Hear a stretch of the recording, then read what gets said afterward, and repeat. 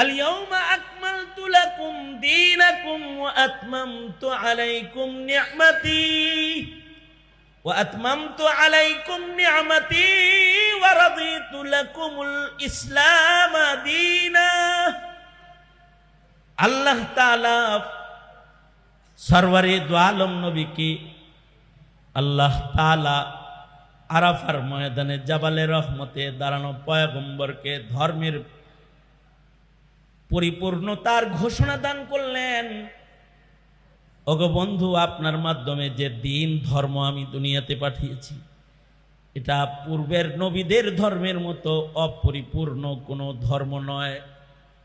এটা ধর্মকে পরিপূর্ণ করে আপনাকে আমি দান করলাম, নাজ ও নিয়ামতকে আমি পরিপূর্ণ করে দিলাম। আজকের দিনে ধর্ম পরিপূর্ণ করলাম, নিয়ামত পরিপূর্ণ করলাম। শুধু পরিপূর্ণ করে শেষ দিই না, ইসলাম ধর্মের পরে আমি আল্লাহ নিজে রাজি হয়ে গেলাম।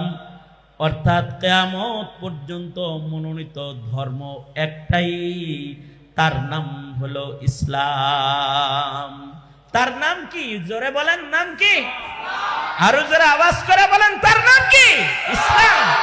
ইসলাম পরিপূর্ণ ধর্ম, এর উপরে আল্লাহ রাজি। আল্লাহ একমাত্র ধর্ম ইসলামের উপরেই রাজি। কিন্তু মুসলিম হয়েও যারা ইসলাম চিনে না, ইসলাম বুঝে না, তাদের হালত কি হবে? মুসলিম হিসাবে জন্ম, কিন্তু ইসলাম ধর্মের কোন বিধান সম্পর্কে তার জ্ঞান নাই। এ কারণে এই কবরেও কিন্তু প্রথম প্রশ্ন করা হবে মান রাব্বুকা, দ্বিতীয় প্রশ্নই করা হবে মা দীনুকা, তোমার ধর্ম কি? সন্তানকে যে ধর্ম না শিখায়, এ সন্তান তার ধর্ম যে ইসলাম, এটা বলবে কিভাবে? ধর্মের পরিপূর্ণতা। ইহুদিরা বলে, ওমর, এই আয়াত যেদিন নাজিল হয়েছে তোমাদের, এই আয়াত যদি আমাদের তাওরাতে থাকতো তো এই আয়াতের নাজিলের দিবসকে আমরা নিজেদের জন্য ঈদের দিন বানায় নিতাম। কিন্তু ইহুদিরা আমাদের ধর্মের মর্যাদা বুঝে, একটি আয়াতের মর্যাদা বুঝে, তারা আয়াত নাজিলের দিনকে ঈদের দিন বানাইতে চায়।